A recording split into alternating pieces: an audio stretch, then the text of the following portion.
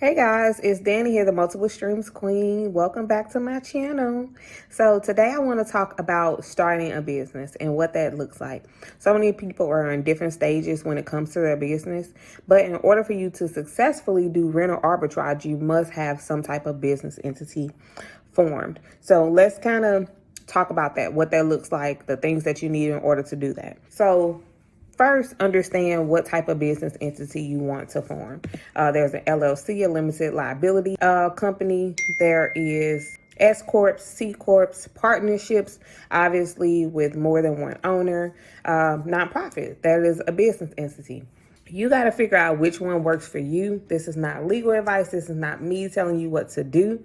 Myself, I have started my companies with just LLCs, limited liability companies. And so in order for you to do that, there are a few things that you have to do. You can go right and file your LLC with your Secretary of State right now. But let me tell you a few little pointers before you get to that point. You want to remember the address that you register on your business, depending on what state you're in, is public information. So if someone happens to do business with you and they want to pull up your company name or information, that address is going to be public information.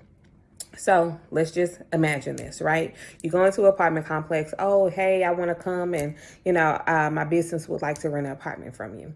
You're doing the application process. Let's just imagine that they take that address and they look it up on Google Maps. And let's just imagine that a house pops up. How serious do you think someone would take you knowing that your office is just your home? Right? And don't get me wrong, some people operate their businesses from their home, right? There's nothing wrong with that. But the same thing with the bank. Let's just imagine they take that address, they put it into Google Maps, and then a house pops up. But let me take it a step further. Let's imagine that you're asking them for money, a credit card or a loan or whatever it is. 9 times out of 10, they won't really take you that serious because you're utilizing a home address. And there's nothing wrong with you having a home-based business. But at all times, you want to look credible and fundable. Don't give people a reason not to want to give you money or not to want to say yes to you. You are a real business. You are operating a real business. So move in that manner. Even if you have a home-based business, do you want your clients, disgruntled clients, popping up at your house? I know I wouldn't, So it's just something to think about. So before you hop on your Secretary of State and you go and you file your LLC to get your business started, one, just think about looking into what is called a virtual office address. And let me explain what a virtual office address is. So a virtual office address you can use. It's cheaper than actually paying office rent, right? The virtual office address I have is in a commercial building. There's an actual suite number, and I can get all my packages delivered there. I can go pick them up. If someone were to come, there's a receptionist. They'll just say, hey, she's not in right now. I can take a message and I can have her call you back. And they can email me and let me know if someone showed up. And so it is just address.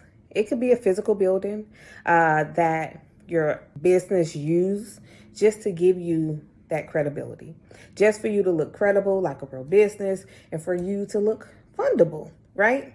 Because at some point you're going to want to start to use other people's money. So the route that I went, I got a virtual office address before I did anything, right? Because I want that office address to be on everything. I want that to be on my EIN. I want that to be on my LLC. I want that to be on my business bank account. I want that office address to be connected to all my vendors that I'm utilizing, right? And I'll tell you why. I probably have to do a part 2 to this because I want this video to be too long. So I got my virtual office address. Think of a name. Make sure you check and see if that name is available, not only in your state, but on social media.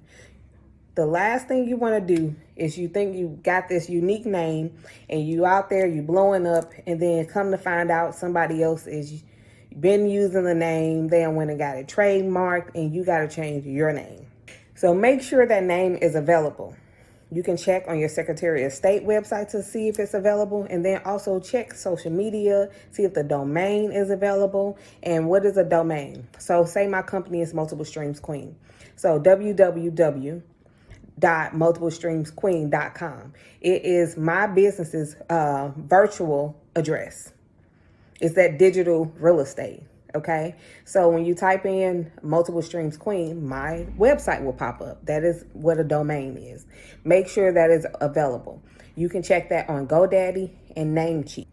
I'll put the names down in the description so you guys can have it. So make sure the name is available. If it is, go, and this is when you go get your EIN with your virtual office address, that name that is available. Go and get that. You should be able to print that letter right out. Okay, save that because you're going to need it. And then go to your Secretary of State. So if you're in California, go to California Secretary of State, and you can type in the search bar, open a new LLC, open a new business, and they will tell you step by step what you need to do, right? So you got your EIN, you got your name, you got your virtual office address. When you're filling out your LLC, if that is the entity you're using, when you're filling, you can fill it out online. Some of them make you come in. Just figure it out on your Secretary of State, and they'll also tell you how much it is. So you fill out all your information with your company name, your name, because you're on there, right? That's your company. Put your virtual office address, and they may ask you for something called a RA, or a resident agent, right? So this is the person that can receive any legal mail for you, right? Any legal notices that may come to your business. You can be your own RA. It's totally up to you, or you can pay a service. I believe that there are maybe 89, anywhere from like 90 to 100 something dollars a year. That's something you got to figure out if you want to pay for, or you can be your own RA, right? You can take all your legal notices, or a lawyer can do that for you. So just think about that if you have money to put into something like that, but you can also do it yourself. So most times they'll tell you like the processing time, how long it'll take to be approved, whether or not you can do it online, whether or not you can expedite it. If sometimes you can go in person. I don't know with COVID though. You can go in person, turn in your paperwork, you can pay, and you can get it done and approved right then and there. But they will tell you the normal processing times for your LLC to actually be formed. And then at that time, right, after you got your EIN, you got your name, you got your LLC, and it was approved with your Secretary of State, you can take that information and then you can go and open a business bank account. You need that EIN, you need the information from your Secretary of State that your LLC, if that's what you chose, is actually active and registered. Go into the bank, open a business bank account, but do your research. Do your research on the different perks to the business bank accounts with whatever business or whatever bank you're going to open with, whether that's Bank of America, Chase, Navy Federal, Key Bank, PNC, Wells Fargo. There are plenty of banks that you can go to, but do your research. What do they offer their customers? What are the different perks that come with their business checking accounts, with their business credit cards?